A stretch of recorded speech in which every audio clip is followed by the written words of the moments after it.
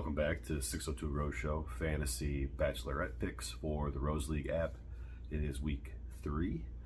Dropping this episode a little late. I've been trying to find information on Warwick's one-on-one date. Oops, sorry, spoilers. It's in the ads and stuff, you're good. But he goes home on his one-on-one. So I was trying to find out as much as I could, because generally speaking, you want the guys that are on one-on-one dates. But if you get sent home, cuts your one-on-one time short. There's not as much lovey-dovey point stuff if you end up getting sent home, because the concept is that something went wrong on your date.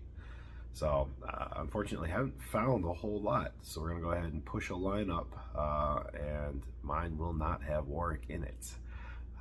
Obviously wait until the last possible second you can and see what new information surfaces, but he won't make my lineup, and I don't trust the time, and if he doesn't have half the date because he gets sent home, I just don't know how you can make up those negative points.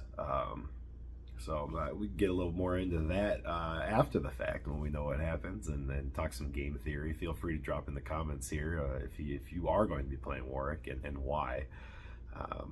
He'd have to do something awesome to offset those negative points. You never know, weird stuff happens. But if you look at pricing, pricing actually pretty soft this week. You can't take Braden, Aaron B, and Joey, but you also don't need to. Dotun continues to be cheap because he hasn't really scored all that many points. I think he's a great one to have in your lineup, because at some point it's going to turn. He'll score a whole bunch of points. I think he's got to be in your lineup at these cheap prices. I don't want to miss him going off. He's got a one-on-one coming up next week, I believe.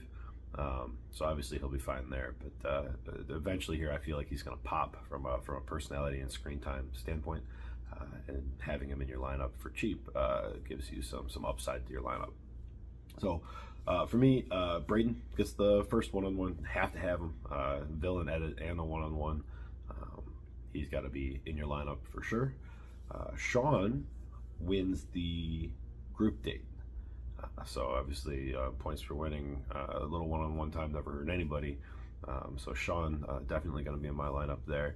As I said, Dotun at 12, I got to have him in the lineup. Makes everything else work. It's so easy to fit whoever else you want in when you're taking the cheap guys. So Dotun's in there.